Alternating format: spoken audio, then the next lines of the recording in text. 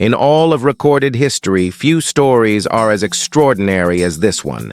A child stolen from his home, sold across an ocean, who refused to let the world define him.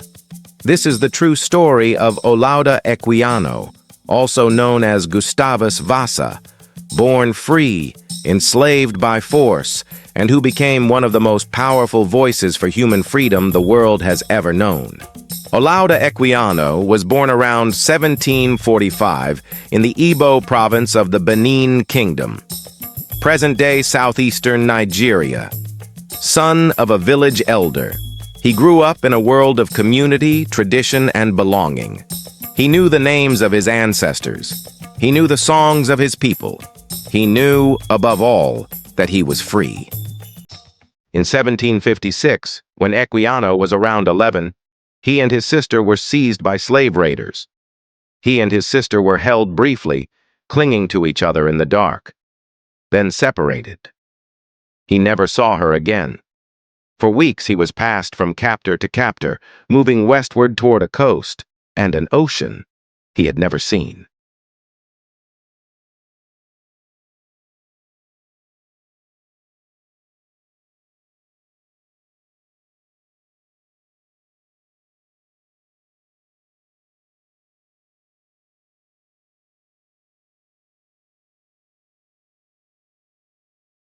The hold was packed beyond human endurance. He had never seen the ocean. He had never seen white men. He was convinced they meant to eat him. He refused to eat. The sailors force-fed him because he was cargo, and cargo had to arrive breathing. Millions crossed this ocean in chains, each one a name, each one a story the world has too long ignored.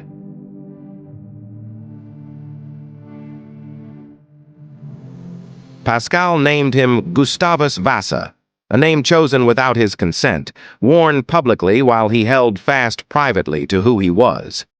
In England, the Guerin sisters taught him to read and write.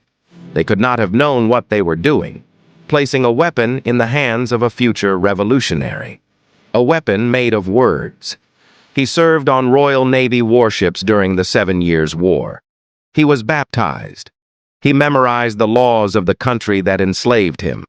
Then, Pascal sold him back into Caribbean slavery.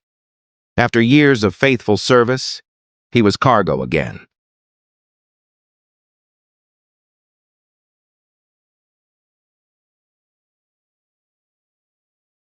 On July 11, 1766, Olaudah Equiano purchased his own freedom for £40 sterling. Robert King, a man of his word, signed the paper. Equiano walked out a free man. But in a world built on the enslavement of black people, a piece of paper offered only so much protection. He returned to England and began the next fight. Not for himself, for millions still in chains.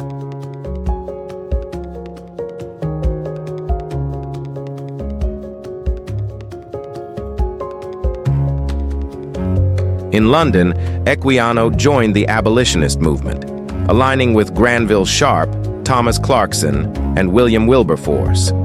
He lectured across Britain, measured and devastating in clarity. In 1789, he published his autobiography, funded it himself, and toured Scotland, Ireland, and England selling it. 9 editions in his lifetime, translated into Dutch and German, read in Parliament.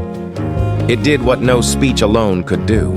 Placed one full, irreducible human life at the center of a debate that had tried to make black people invisible.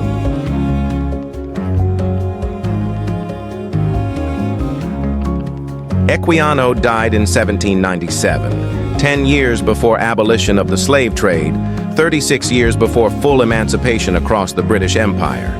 He did not live to see the victory, but the victory carried his fingerprints, his words, his refusal to be silent. He was taken. He came back. He was renamed. He remembered who he was. He was chained. He picked up a pen. His name was Olaudah Equiano, and his story is our inheritance.